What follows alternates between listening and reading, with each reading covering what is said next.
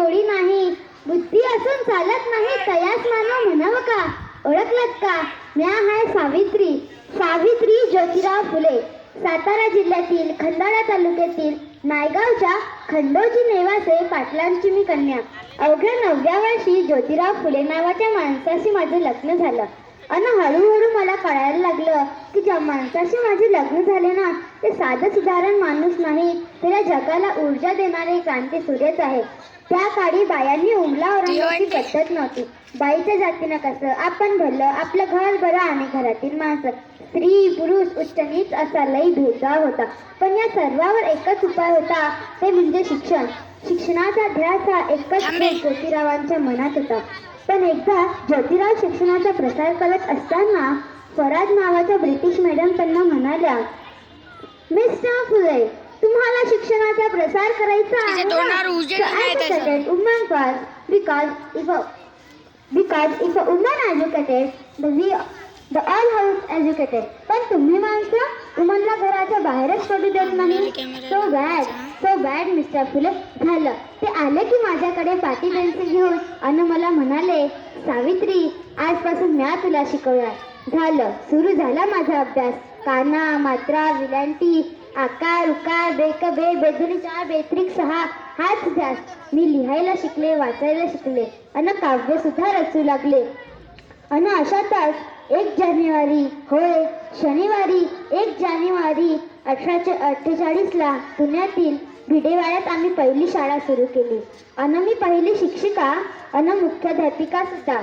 Shade मेंढ्यासारखा जगला तर काम तमाम होईल, पण जर वाघासारखा जगला तर नाव होईल. पण धर्माचं मात्र, पण समाजात मात्र धर्म बुडाला म्हणून माझी विटंबना सुरू होती. अहो, एखाद्या सर्वसामान्य व्यक्तींना शिक्षण घेतलं म्हणून कोणता धर्म बोलतो हो? इतका टकलागू असू शकतो का हा धर्म? धर्मासाठी माणूस असतो की माणसासाठी धर्म? शाळेत जाताना चिखल फेकला, मी सहन केलं. फुटलं तरी मी सहन केलं. आता माझ्या सहनशीलतेचा अंत झाला होता. आणि अशातच एक धतिंगण माझ्या समोर येऊन बोलतो, ए टवडे, कुठे निघालीस? आधी आमच्या पोरीबारींना शिकवणं बंद कर. अगं, तुला तुझी अब्रू प्यारी आहे की ती शिक्षण? कदाचित त्याला माहीत नसावं की आम्ही सुद्धा ज्योतिराव यांच्या पत्नी आहोत. अशी घेतली, सणकण लावली न सुनावलं की आज आलाय, थोबा फुटलं, पण जर पुन्हा आलास ना तर तुझ्या रक्तानं ही धरती रंगीन. स्त्री कोणत्याही जातीची किंवा धर्माची असो, ती नेहमीच यात बळी पडत आली आहे. अहो, एखाद्या स्त्रीचा नवरा वारला म्हणून तिने सती जायचं? अहो, आपला नवरा वारला म्हणून तर तिचा काय दोष असतो? आणि यासाठीच आम्ही काम केलं. त्यानंतर इंग्रज सरकारने सतीबंदी प्रथाही बंद केली आणि त्यानंतर विधवाबाईला, काशीबाई हिच्या मुलाला म्हणजेच यशवंतला आम्ही दत्तक घेतलं. त्याच्या धुडधुड धावण्याने आमच्या अंगण कसं भरून जायचं. त्याला वाढवलं, मोठं केलं आणि डॉक्टरही बनवलं. आणि अशातच पुण्यात प्लेगची साथ पसरली.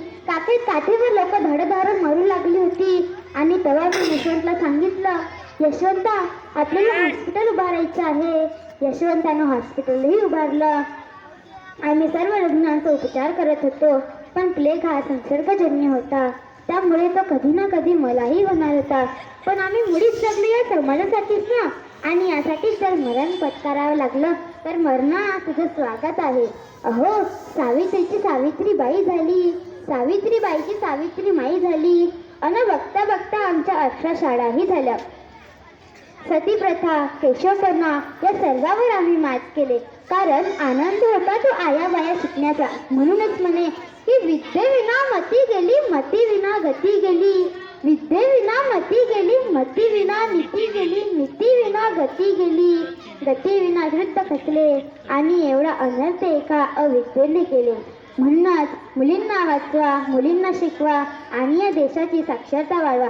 कारण एक मुलगा शिकला ना तर तो एकटाच शहाणा होतो का? तर एक मुलगा शिकला ना तर तो एकटाच शहाणा होतो. पण एक मुलगी शिकली ना तर ती संपूर्ण घराण्याला शहाणी करते. म्हणूनच मुलींना वाचवा, मुलींना शिकवा आणि या देशाची साक्षरता वाढवा. धन्यवाद.